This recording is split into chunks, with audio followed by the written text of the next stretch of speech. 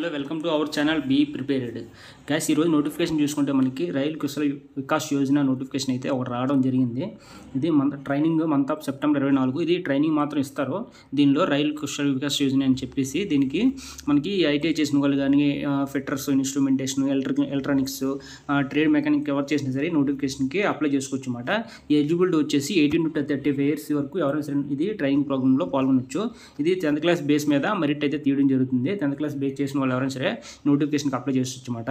ఇది ఏంటంటే nominated ministry of railways organisation short term training programme at a nominated training centres at a all India level of youth under rail Kaushal Vikas Yojana. అంటే మనకి ఇది ఏంటంటే మనకి 10th అయిపోయిన తర్వాత ట్రేడ్ అప్రెంటిస్షిప్ కింద ట్రైనింగ్ అయితే ఇస్తారనమాట. ఇదేంటంటే మనకి ఐటీఐ కానీ ఎలక్ట్రీషియన్కి, మెకానిక్ ఇది బేస్ ఐటీఐ మీద చేసి మనకి ట్రైనింగ్ ఇచ్చి మనకి సర్టిఫికేట్ ఇవ్వడం జరుగుతుంది అనమాట. దీనికి ఏంటంటే 10th క్లాస్ పాస్ అయిన వాళ్ళు ఈ ట్రైనింగ్లో పాల్గొనవచ్చు. అలాగే మనకి సర్టిఫికేట్ కూడా ప్రొవైడ్ చేయడం జరుగుతుంది.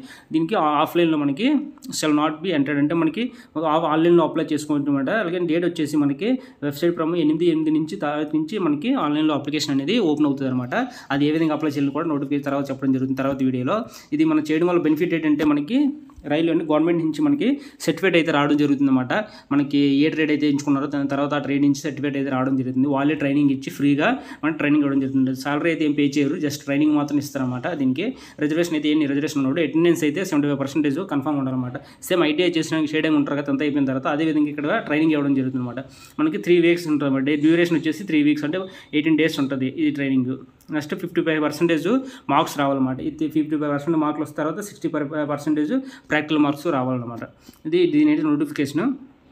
దీనికి వచ్చేసి మనకి 8/8/2024 నుంచి 21/8/2024 వరకు నోటిఫికేషన్కి అయితే ఆన్లైన్లో అప్లై చేసుకోవచ్చు.